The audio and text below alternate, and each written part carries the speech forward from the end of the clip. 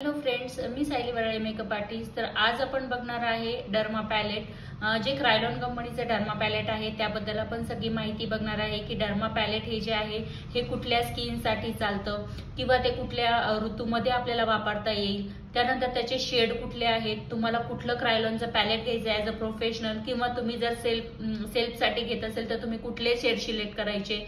तर हे जे कन्सिलर आहे ह्याबद्दल सगळी डिटेल माहिती या व्हिडिओमध्ये तुम्हाला मिळणार आहे। सो व्हिडिओ जो आहे तो तुम्ही कंप्लीट संपूर्ण व्हिडिओ तुम्ही नक्की बघा। मी ह्यात खूप तुम्हाला छोट्या जी माहिती आहे कन्सिलरची ती तुम्हाला सांगणार आहे। सो जे क्रायलॉनचं आहे ते आपल्याला डर्मा पॅलेट घ्यायचं आहे आणि हे जे डर्मा पॅलेट आहे हे मी तुम्हाला ओपन करून दाखवते की हे जे पॅलेट आहे हे तुम्ही ब्रायडलचं पॅलेट घ्यायचं आहे। ते तुम्हाला दिसत असेल की ब्रायडल पॅलेट आहे, ह्याच्यात 6 शेडचं पण एक पॅलेट आहे। हे जे आहे हे 12 शेडचं पॅलेट आहे। सो मला प्रोफेशनली लागतं, मला सगळ्या स्किनवर काम करायचं म्हणून मी हे जे पॅलेट आहे हे 12 शेडचं घेतलं आहे। तुम्हाला 6 शेडचं पण पॅलेट मिळतं। सो जसे आपले कन्सिलर पॅलेट आहे तसंच डर्माचं सुद्धा हे कन्सिलर पॅलेट आहे। यामध्ये तुम्ही बघू शकता लाईट कन्सिलर पासून तुम्हाला डार्क कन्सिलर पर्यंत शेड आहेत। सो ह्याच्यात सुद्धा तुम्हाला शेड आहेत, यात करेक्टर सुद्धा आहेत, कन्सिलर सुद्धा आहेत। तर आपण 1 बाय 1 चा स्टडी करूयात। 1 बाय 1 आम्ही तुम्हाला एक्सप्लेन करते। तर सगळ्यात जो लाइटर शेड आहे कन्सिलरचा तो आहे D4, त्यानंतर D4.5 तुम्ही बघू शकता। तुम्ही जर उचललं हे तर बॅक साईडनी सुद्धा तुम्हाला शेड आहे, तुम्हाला हे सिंगल शेड पण मिळतात। जर तुमचं संपलं सपोज वापरून तर तुम्हाला याचे सिंगल शेड पण मार्केटमध्ये अवेलेबल आहे ते।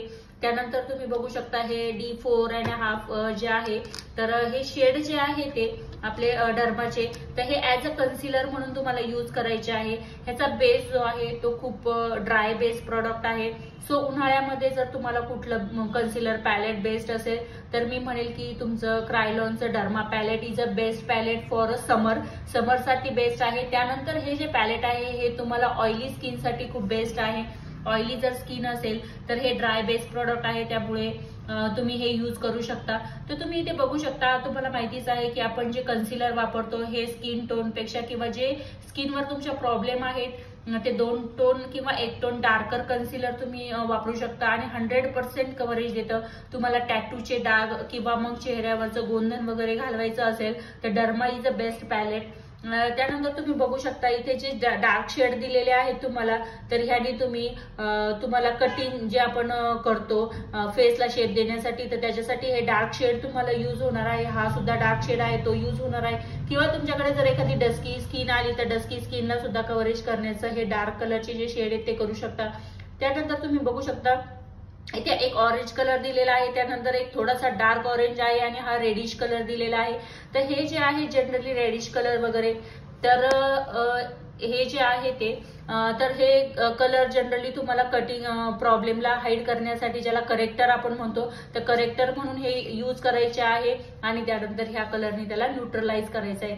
तुमच्या फेसवर जे डाग आहेत त्याच्यापेक्षा 2 टोन डार्कर तुम्हाला ऍक्च्युली कन्सिलर हे यूज करायचे असतं। ह्या ज्या पॅलेटमध्ये आहे D64, D65, then D742, D34, D30 हे सगळे शेड तुम्हाला युजफुल आहे। जर तुम्ही ॲज अ प्रोफेशनल यूज करत असाल किंवा ॲज अ प्रोफेशनल म्हणून तुम्हाला कुठलं कन्सिलर अफोर्डेबल रेंजमध्ये पाहिजे असेल तर तुम्ही डर्मामध्ये इन्व्हेस्ट करा। डर्मा बेस्टच आहे। आता खूप सगळे शॉपरेल किंवा मग तुम्हाला अफ्रेल्झा वगैरे खूप सगळ्या कंपन्या आहेत की त्यांचे पण कन्सिलर आहेत, बट स्पेशली समरसाठी जर कुठलं म्हणत असाल तर Derma is a best palette. जर तुम्हाला ह्याच्याविषयी अजून जर माहिती पाहिजे असेल किंवा तुम्हाला जर बघायचं असेल की कुठलं तुम्हाला माहित नसेल की आपण शेड कुठले चूज केले पाहिजे किंवा ते कसे यूज करतात हे जर पाहिजे असेल तर मला कमेंट करून नक्की सांगा। मी नक्कीच तुम्हाला सांगेल की ह्याचा यूज कसा करायचा आहे आणि हे कुठल्या स्किनसाठी यूज करायचं आहे ते।